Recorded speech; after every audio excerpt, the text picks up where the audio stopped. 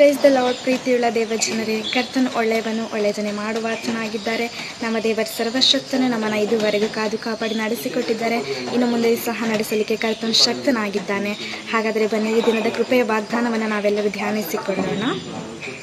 ಮಾರ್ಕನು ಬರೆದ ಸುವಾರ್ತೆ 12ನೇ ಅಧ್ಯಾಯ 29ನೇ ವಚನ ನಾವು ಓದಿಕೊಳ್ಳೋಣ. ಇಸ್ರಾಯೇಲ್ ಜನವೇ ಕೇಳು, ನಮ್ಮ ದೇವರಾದ ಕರ್ತನು ಒಬ್ಬನೇ ದೇವರು.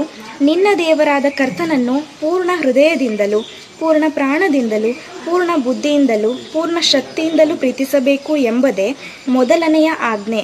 ನಿನ್ನ ನೆರೆಯವನನ್ನು ನಿನ್ನಂತೆಯೇ ಪ್ರೀತಿಸಬೇಕು ಎಂಬುದೇ ಎರಡನೆಯ ಆಜ್ಞೆ. ಇವುಗಳಿಗಿಂತ ಹೆಚ್ಚಿನ ಆಜ್ಞೆ ಮತ್ತೊಂದಿಲ್ಲ ಎಂದು ಉತ್ತರ ಕೊಟ್ಟನು. ಆಮೇನ್. ನಮ್ಮ ದೇವರು ಪ್ರೀತಿ ಸ್ವರೂಪನಾದ ದೇವರಾಗಿದ್ದಾರೆ.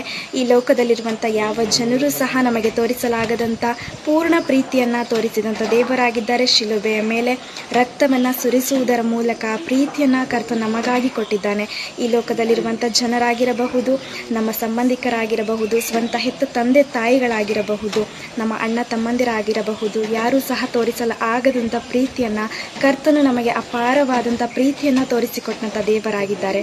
ಆ ಪ್ರೀತಿಯನ್ನು ನಾವು ಪ್ರತಿದಿನವೂ ಪ್ರತಿನಿತ್ಯವೂ ಸ್ತುತಿಸುವರಾಗಿರೋಣ, ನೆನೆಸುವರಾಗಿರೋಣ. ಈ ವಾಕ್ಯವನ್ನು ಕೇಳಿದಂಥ ನನ್ನೆಲ್ಲ ಪ್ರಿಯ ಸ್ನೇಹಿತರೆ, ನೀವೆಲ್ಲರೂ ಪ್ರೀತಿ ಅನ್ಯೂನ್ಯತೆಯಲ್ಲಿ ನೆಲೆಗೊಳ್ಳಿರಿ ಎಂಬುದಾಗಿ ನಾನು ಪ್ರಾರ್ಥಿಸ್ತೇನೆ. ದೇವರು ನಿಮ್ಮನ್ನು, ನಿಮ್ಮ ಕುಟುಂಬವನ್ನು ಹೇರಳವಾಗಿ ಆಶೀರ್ವದಿಸಲಿ. ಆಮೇನ್.